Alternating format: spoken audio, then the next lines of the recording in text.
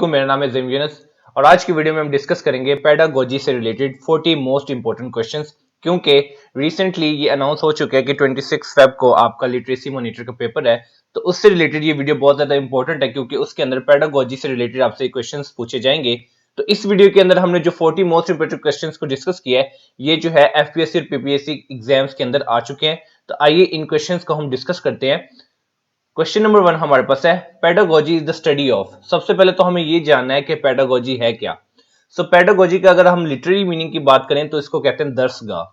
ठीक है, तो पेडागोजी का जो लिटरेरी मीनिंग है वो है दर्सगाह। अब देखते हैं कि pedagogy is the study of, किसकी स्टडी को हम पेडागोजी कहते हैं। तो इसका आंसर हमारे पास है टीचिंग मेथड्स, यानी कि पढ़ाने के तरीकों की स्टडी को हम कहते हैं pedagogy. Pedagogy is the study of teaching methods. Next question हमारे पास है the word pedagogy means. Word जो है पेडागोजी उसका मतलब क्या है। तो इसका आंसर हमारे पास है टू लीड द चाइल्ड। ठीक है, चाइल्ड को लीड करना, उसको सिखाना, उसको बताना, दर्सगाह देना। The word pedagogy means to lead the child. Next question हमारे पास है the field of study concern with the construction of thought processes including remembering, problem solving and decision making.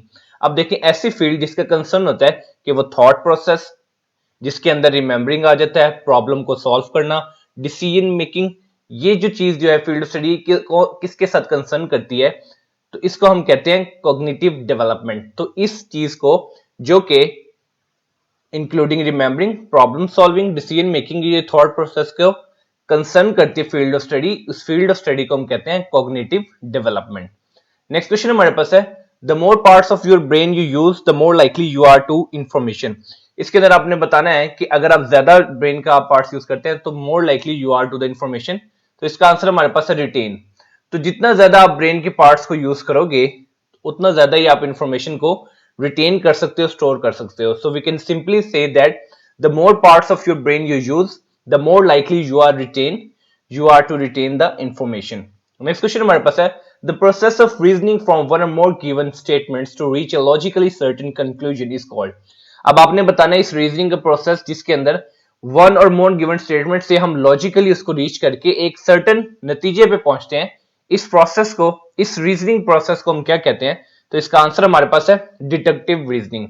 तो आपने ये चीज याद रखनी है कि ऐसा प्रोसेस जिसके अंदर आप एक और दो स्टेटमेंट से एक लॉजिकली तरह से एक नतीजे पे पहुंचते हैं, इस प्रोसेस को, इस रीजनिंग के प्रोसेस को क्या कहते हैं। तो उसको हम कहते हैं डिडक्टिव रीजनिंग, यानी कि the process of reasoning for one or more given statements to reach a logically certain conclusion is called deductive reasoning. Next question हमारे पास है success in developing values is mainly development upon.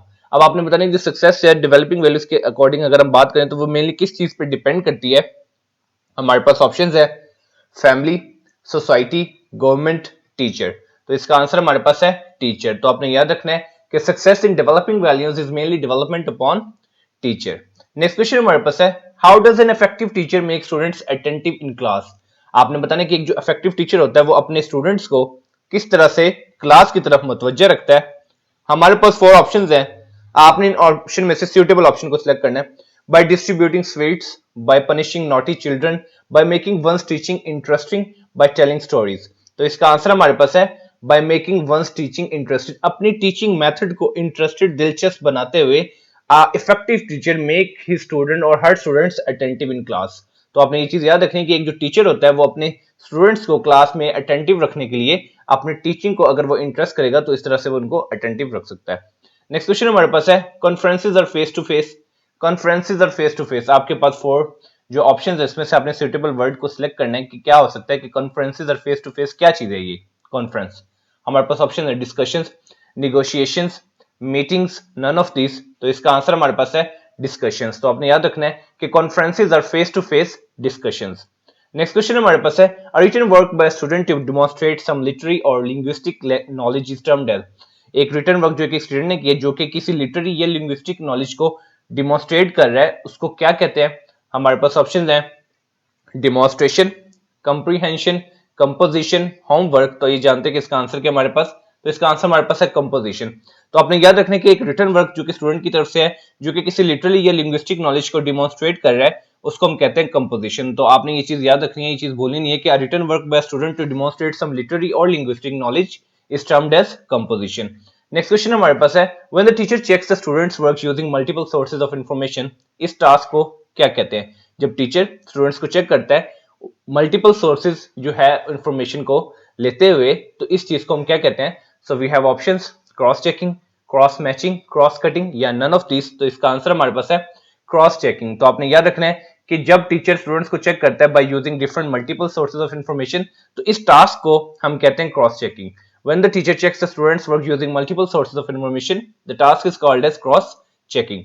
Next question हमारे पास है when a learner is learning to satisfy his needs and wants, he is actually doing. जब एक learner जो है वो ये लर्न कर रहा है तो अपनी नीड्स और वांट्स को सेटिस्फाई करने के लिए, सो वो एक्चुअली क्या कर रहा है? इस लर्निंग को कहते क्या है? हमारे पास ऑप्शन है cognitive learning, sensory learning, experiential learning या बिहेवियरल लर्निंग।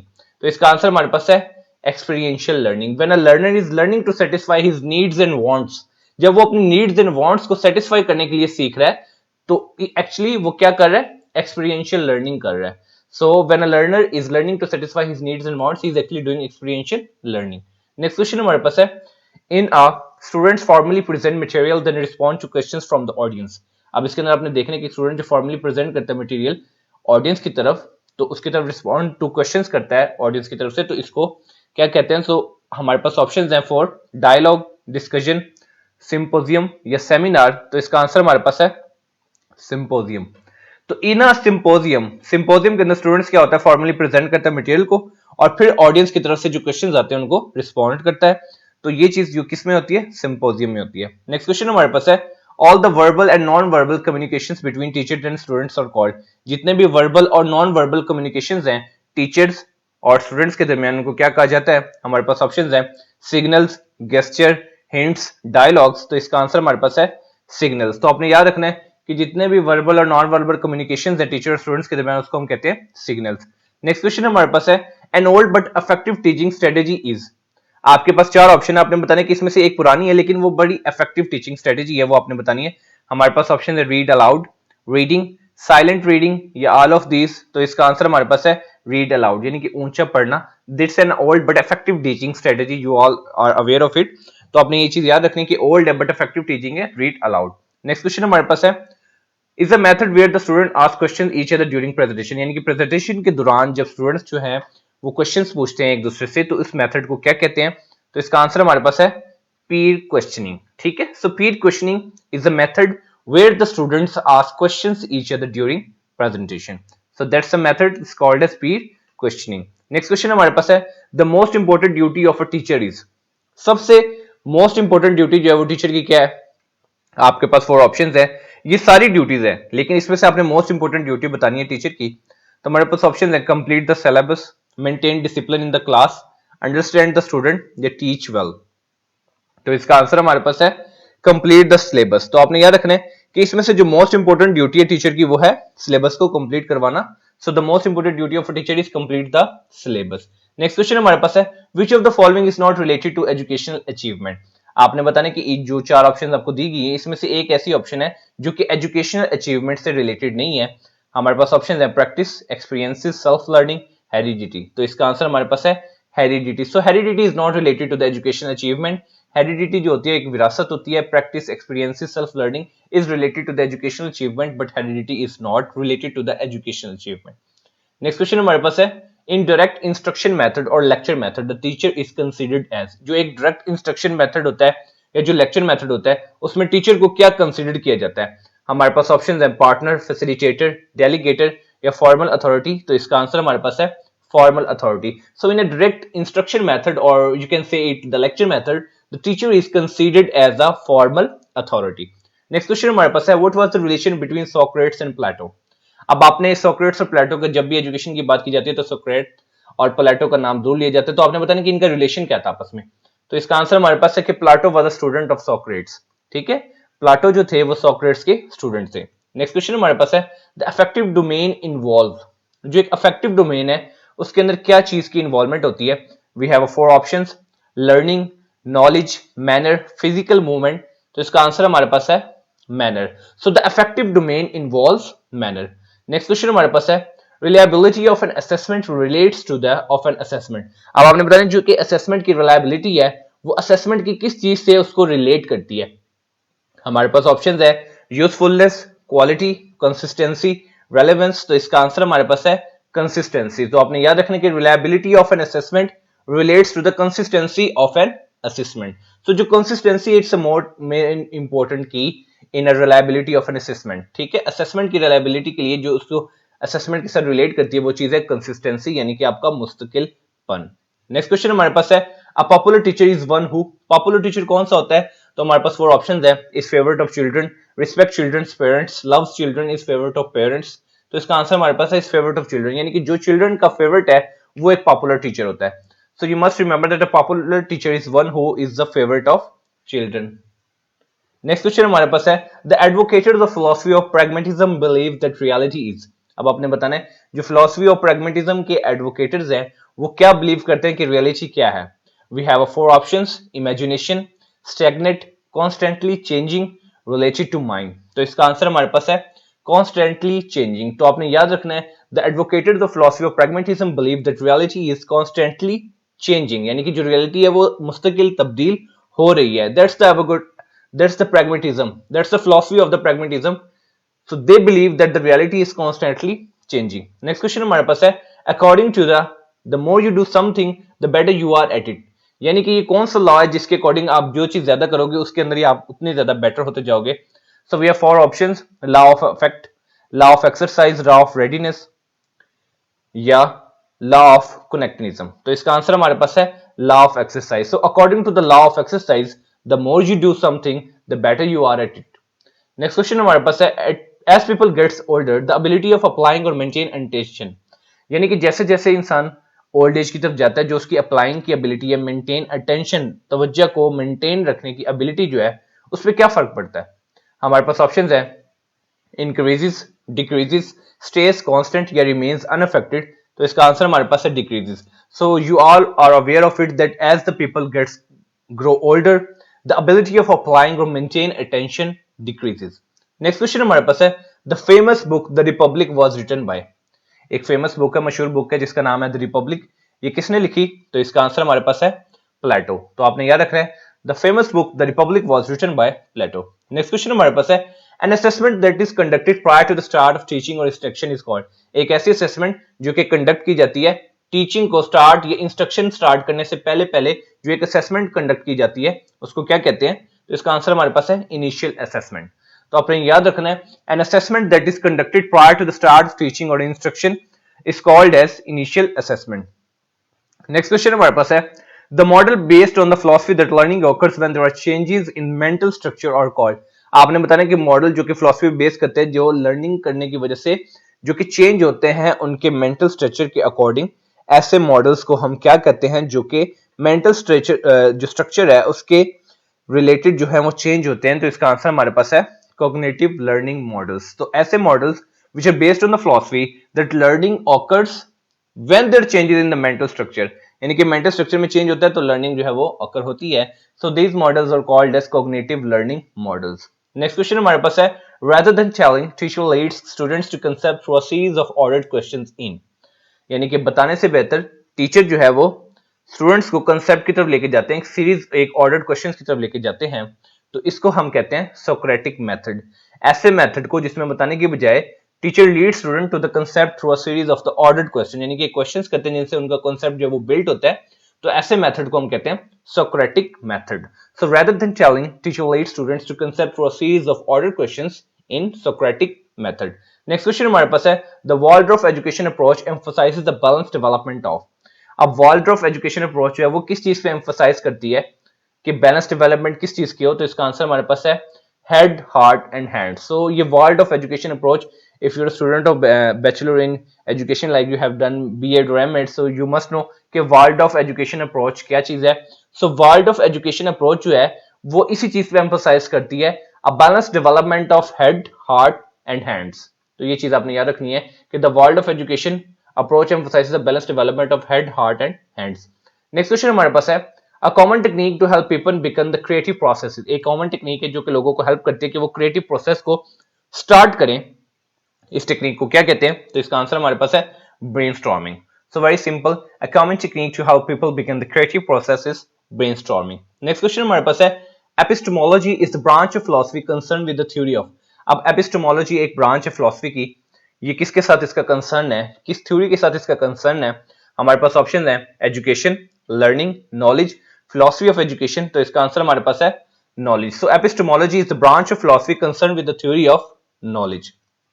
नेक्स्ट क्वेश्चन हमारे पास है one on one approach to teaching और रीटीचिंग कंसेप्ट इन टर्म्स, यानी कि one on one approach, teach करना, रीटीच करना कंसेप्ट को, इसको क्या कहते हैं हम? काउंसलिंग, ट्यूटरिंग, गाइडेंस या नन ऑफ दिस। तो इसका आंसर हमारे पास है ट्यूटरिंग, यानी कि ट्यूटर, जो ट्यूटर से निकले tutoring. So one on one approach to teaching और reteaching concept is termed as tutoring. Next question हमारे पास है the skill when students try to build abstract knowledge is called. ऐसा स्किल जिसमें जो स्टूडेंट्स हैं वो ट्राई करते हैं कि वो एब्स्ट्रैक्ट नॉलेज को बिल्ड करें, इसको क्या कहते हैं? तो इसका हमारे पास आंसर है characterising. So the skill when students try to build abstract knowledge is called as characterising.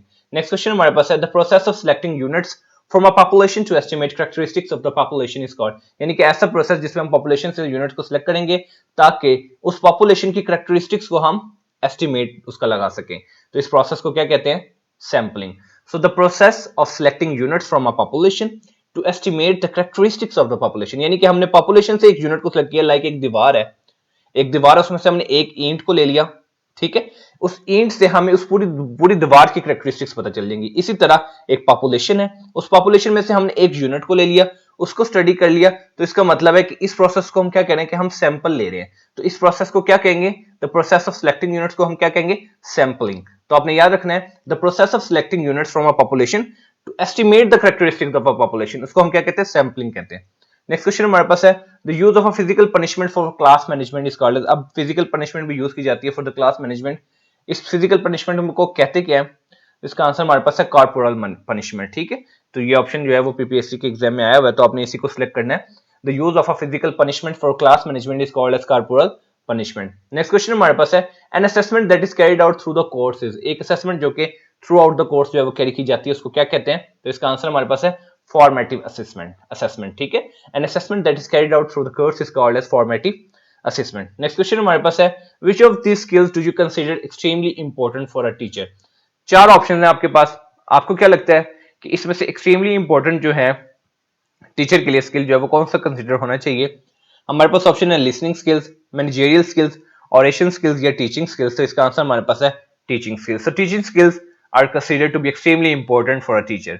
Next question हमारे पास है why will you ask question from student during the course of a lecture. आप lecture के दौरान student से question क्यों पूछते हैं? अब हमारे पास डिफरेंट ऑप्शंस है। To learn which of the student is the brightest one, or the students carefully listening to your lecture, to learn whether students are understanding the lecture or not, to assist the students. अब इसमें से आपने option select करना कौन सा suitable है, तो वो है to assist the students. Like a teacher should ask the question from the students during the course of a lecture to assist the students because they are have some points which get them confused. तो अगर एक teacher उनसे question करेगा तो वो एक तो active रहेंगे, ठीक है, आपकी बात को सुनेंगे और उनको चीजों को समझ भी आएगी। नेक्स्ट क्वेश्चन हमारे पास है which is the last question of the video, the process with the help of which the students are divided into high और low achievers। ऐसा प्रोसेस जिससे आप स्टूडेंट्स को डिवाइड करते हो हाई और लो अचीवर में, उसको हम क्या कहते हैं? तो सिंपल है, एग्जाम कहते हैं। So the process with the help of which the students are divided into high और low achiever is called as exam. तो ये थी आज की वीडियो जो कि बहुत ही ज्यादा इंपॉर्टेंट है, पेडागोजी से रिलेटेड बहुत ज्यादा इंपॉर्टेंट है, लिटरेसी मॉनिटर से रिलेटेड जो है वो बहुत ज्यादा इंपॉर्टेंट है। और आने वाली भी कॉम्पिटेटिव एग्जाम्स में ये ऐसी वीडियोस होती हैं जो कि आपको वन पेपर एमसीक्यू के लिए और जितने भी कॉम्पिटेटिव एग्जाम्स हैं उन सब में आपके लिए हेल्प आउट ये वीडियो जो है इंशाल्लाह आपको करेंगी। तो अब इस वीडियो का हम 1-2 मिनट के अंदर क्विक से रिव्यू कर लेते हैं ताकि हमने ये क्वेश्चन पढ़े, हमें 40 क्वेश्चन जो है आज ये वीडियो देखने के बाद हमें ये 40 क्वेश्चन हमें भूले ना और हमें ये याद रहे। तो क्विक सा रिव्यू कर लेते हैं। So the pedagogy is the study of teaching methods. The word pedagogy means to lead the child. The field of study concerned with the construction of thought process including remembering, problem solving and decision making is called cognitive development. The more parts of your brain use, the more likely you are to retain information. The process of reasoning from one or more given statements to reach a logically certain conclusion is called deductive reasoning. Success in developing values is mainly developed on teacher. How does an effective teacher make students attentive in class? By making one's teaching interesting. Conferences are face-to-face discussions. A written work by a student to demonstrate some literary or linguistic knowledge is termed as composition. When the teacher checks the student's work using multiple sources of information, the task is called cross-checking. When a learner is learning to satisfy his needs and wants, he is actually doing experiential learning. In a symposium, Students formally present material, then respond to questions from the audience. All the verbal and non-verbal communications between teacher and students are called signals. An old but effective teaching strategy is read aloud. Peer questioning is a method where the students ask questions each other during the presentations. The most important duty of a teacher is to complete the syllabus. Which of the following is not related to education achievement? Heredity. In direct instruction method or lecture method, the teacher is considered as formal authority. What was the relation between Socrates and Plato? Plato was a student of Socrates. The affective domain involves manner. Reliability of an assessment relates to the consistency of an assessment. A popular teacher is one who is a favorite of children. The advocates of philosophy of pragmatism believe that reality is constantly changing. According to the law of exercise, the more you do something, the more you are at it. As people get settled, the ability of apply or maintaining attention decreases. The famous book The Republic was written by Plato. An assessment that is conducted prior to the start of teaching or instruction is called initial assessment. The model based on the philosophy that learning occurs when there are changes in the mental structure are called cognitive learning methods. Rather than telling teacher lead student to concept through a series of order questions in Socratic method, the Waldorf education approach emphasizes a balanced development of head, heart, and hands. A common technique to help people begin the creative process is brainstorming.